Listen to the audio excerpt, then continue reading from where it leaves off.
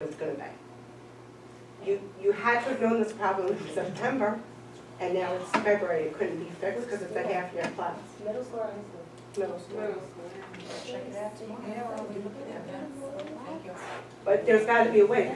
This is something just in general could be fixed in September, not wait until we're 3 Because the weeks in. programming is And not there's for kids, the year. and I'm a W, so you know where my kids sit. Yeah, right, yeah.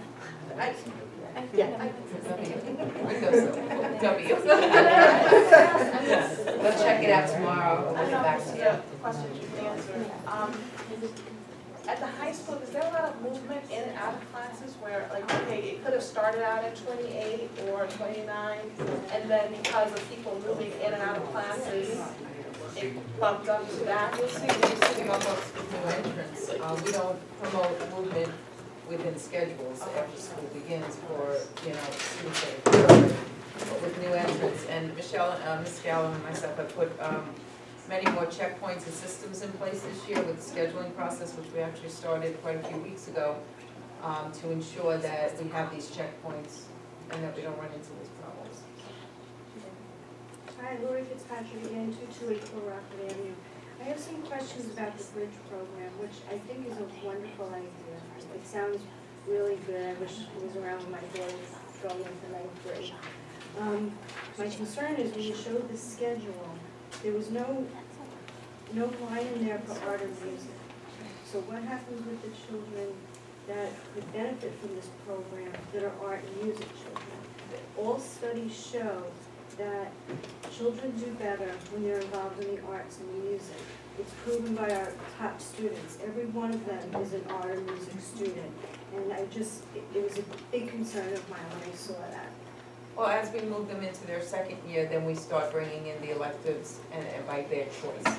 By second year. Yeah, by So second if year. there's like a music student that's been progressing from middle school, or an art student that's trying to get their sequences in and stuff, for the first year there's no room. Well, at this point, there wasn't, and there were many conversations with parents. Children were not forced into this bridge Right, I program, it understand. was definitely choice. Right. And when you're making a choice, sometimes you may have to give something up. And that was the case that we ran into. But as we did explain to the parents and the students, as they move into their second year, the choice becomes more for the student, and less as to a canned, schedule that they will follow. Because I know like the regional diplomas, you can get it with the art sequence or something like Yes, my which daughter is all, did. right. So what would happen in that case? Would they still be able to get the sequence or? With enough credits, yes, by second year. By They should be second right, as long as they're starting at second year. Okay, I think it's fabulous. I really hope it works out. Thank you. Robert Kugelmass, 979 Van Buren Street. I just want to harken back to that stress chart that I mentioned. And you can find it on our website under Administration, Business, and the 2017 budget presentation. And they leave out, it's the Baldwin School District stress chart, and they leave out any information about Baldwin, but they do mention Long Island and New York. And what's telling about it is that if our current stress level is 0, it's really about -8, which means every year, and it used to be 6, and it used to be 14, we're just minting money. And what's telling is, if you go back to 2014, that was the year you recall that Mr. Scannell cut supplies to our elementary schools. We had to fundraise for our musicals. We had to fundraise for sports and so forth. It'll show you we were under absolutely no stress. That was just totally bogus.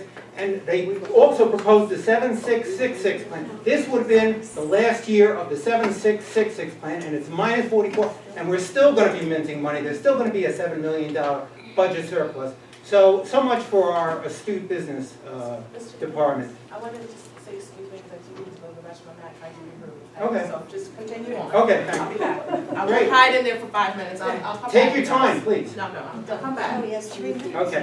I could hide for 5 minutes, right? I'll be back. So that's a very telling chart, and I think our board ought to look into it, because you have a responsibility to the Baldwin, because this school district has been a fiscal cancer to this town, to Nassau County, and all the school districts, to New York State, and that's why they passed the cap law. because you're like the tail that wags the dog. You're a bunch of tin pot dictators. You can pass any tax increase you could. You could have passed the 7% tax increase, except for the cap. That's the only thing that stopped you, and it was totally unnecessary. The year before we did all those cuts with Mr. Scannell, we ran an $8 million budget surplus, cash surplus. The year of the cuts, we ran an $8 million budget surplus. The year after, we ran an $8 million budget surplus. And this year, you've given us this misinformation, which tells us nothing about our prior expenses, which would show that, again, we're grossly over budgeted.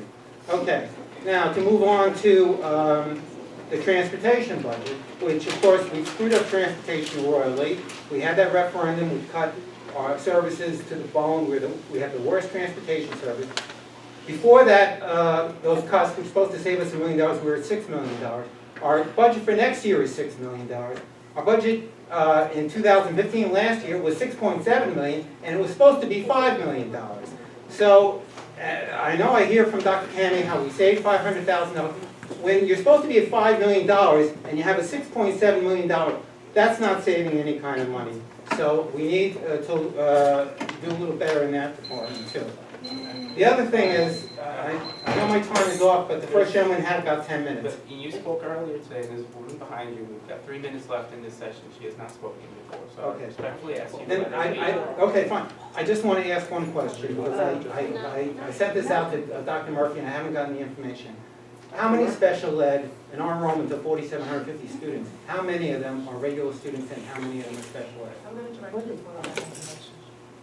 You can just go on the New York State Department of Education website, and for every school district, it lists the demographics, and students with disabilities is one of the things that it's a percentage of students in the district that are, So nobody knows.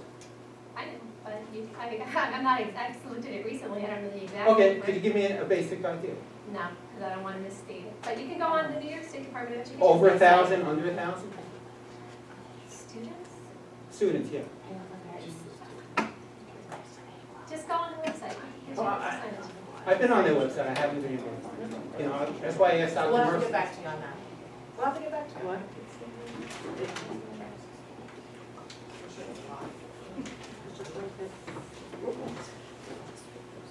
Good evening, everyone. My name is Jamila Green. I reside at 205 Moore Avenue, Freeport.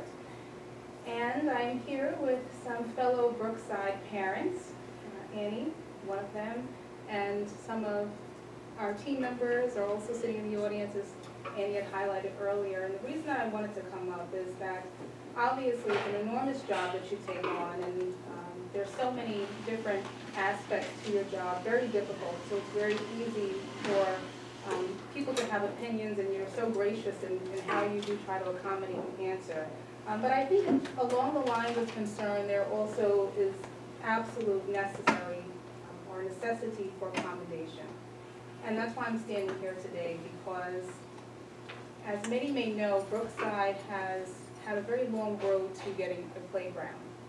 And we could not be more excited than we are this evening for there to be such an absolutely amazing, generous donation in that amount. So it shows the commitment of community, the generosity of the people that are impacted by this district and care about the people and the children in this district. So I just wanted to reiterate that point of thanks and of true gratitude to the board for giving this project your attention, giving this project your time, and most importantly, giving the Brookside Playground Project your support.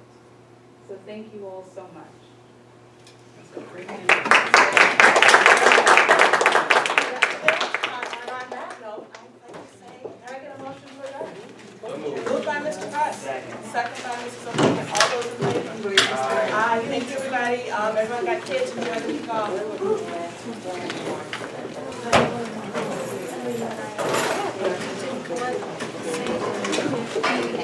I gotta wash my hands.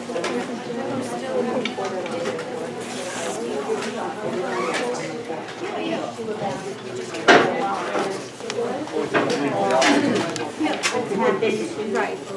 Well, Dr. County and then which people on Right, I actually know, let me just turn off that. I didn't know. I got